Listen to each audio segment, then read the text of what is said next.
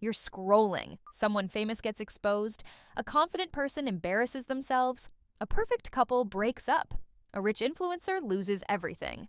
And for one tiny second, before you judge yourself, before you pretend you're better than this, you feel something. Not exactly happiness, not exactly cruelty, more like relief, like the world just corrected itself, like someone who was floating too high finally came back down to earth, and then your moral brain arrives and says, wait, why did that feel good? Because you're not supposed to enjoy someone else's failure. You're supposed to be kind. You're supposed to feel sympathy. But deep down, you know the truth. Sometimes, when the perfect person fails, when the arrogant person loses, when the person everyone admires suddenly looks ordinary, a small hidden part of you relaxes, and that part of you is much older than kindness, much older than social media, much older than civilization, because your brain is not just watching someone fail, it is checking your place in the group. There is a word for this feeling.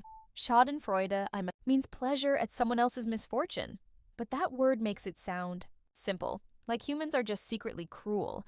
The real reason is stranger. Your brain does not enjoy every failure equally. If someone innocent suffers, most people don't celebrate. If a humble person gets hurt, it feels wrong.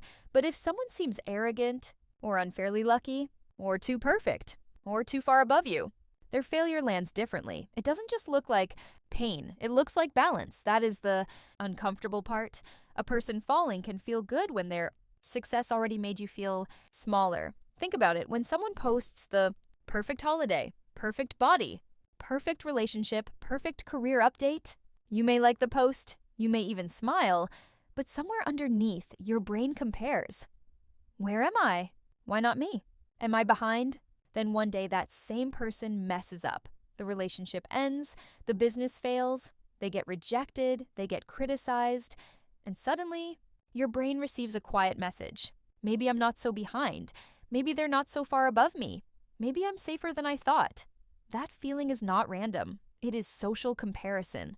In the 1950s, psychologist Leon Festinger argued that humans evaluate themselves by comparing themselves to other people. And for most of human history, your position in the group mattered. Status was not just ego. Status could mean food, protection, allies, respect. Whether people listened when you spoke, whether people helped when you struggled, whether the tribe kept you close or pushed you to the edge. So your brain became obsessed with one question: where do I stand? And that question never went away. It just moved from the campfire to the comment section. Now the tribe is online, the scoreboard is public. Followers, likes, views, money, beauty, job, titles, relationships. Everyone is showing their best moment, and your ancient brain is trying to rank itself against millions of people it was never designed to see. So when one of those people fails, your brain does not only see their fall, it sees the gap getting smaller, not because your life improved, but because theirs looks less perfect. That is why someone else's failure can feel like oxygen. For a few seconds, you are not the one being judged. You are not the one behind. You are not the one exposed. Someone else is.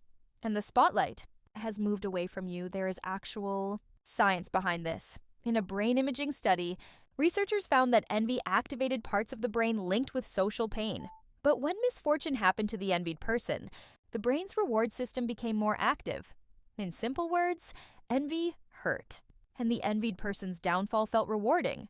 That does not mean you are evil. It means your brain treats status threats like pain, and it treats a reduction in that threat like relief. This is why the failure of someone above you can feel more satisfying. A billionaire losing money, a celebrity getting rejected, a perfect influencer being caught lying, a school bully becoming unsuccessful, smug colleague making a mistake, an arrogant person being embarrassed in public. These stories spread fast because they do something emotionally powerful. They turn the untouchable into the ordinary. They tell everyone watching, see, they are human too, but there is another reason we enjoy failure. We enjoy it more when it feels deserved. If someone kind fails, it feels sad. But if someone cheats, brags, bullies, lies, or acts superior, their failure feels like justice. Your brain says, good. They had it coming. That is why public downfalls are so addictive. They combine three powerful emotions: comparison, justice, relief. Comparison says, they were above me. Justice says, they deserve this. Relief says, I am not the only one failing. That is why you can feel bad for someone and still keep watching. That is why you can say, this is awful, while reading every comment, because the story is not only about them, it is secretly about you. Their failure gives your insecurities somewhere to go.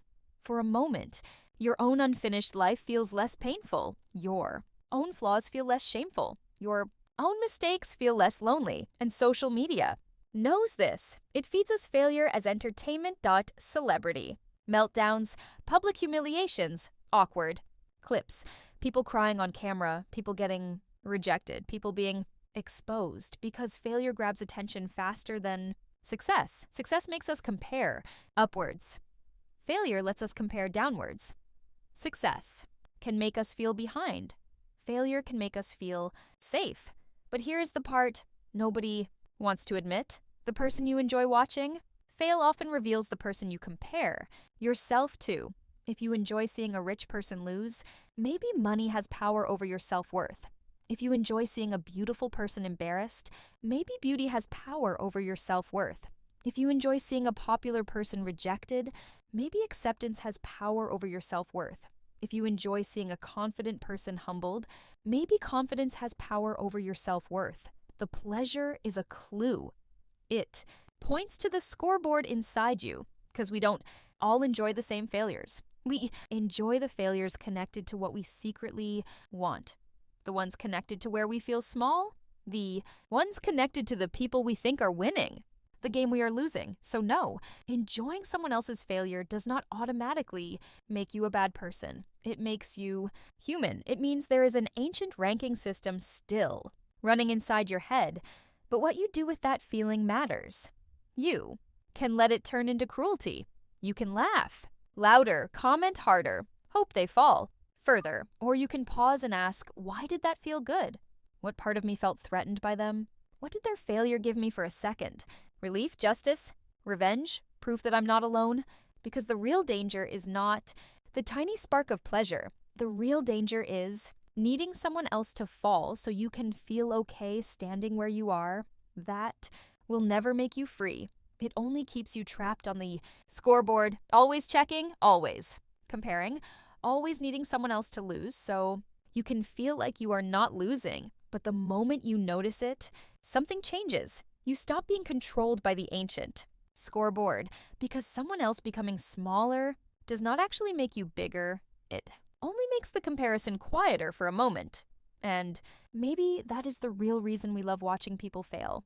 Not because we hate them, but because for one brief second, their fall makes our own life feel less behind, and the part of us that enjoys it is usually the part of us that still needs healing.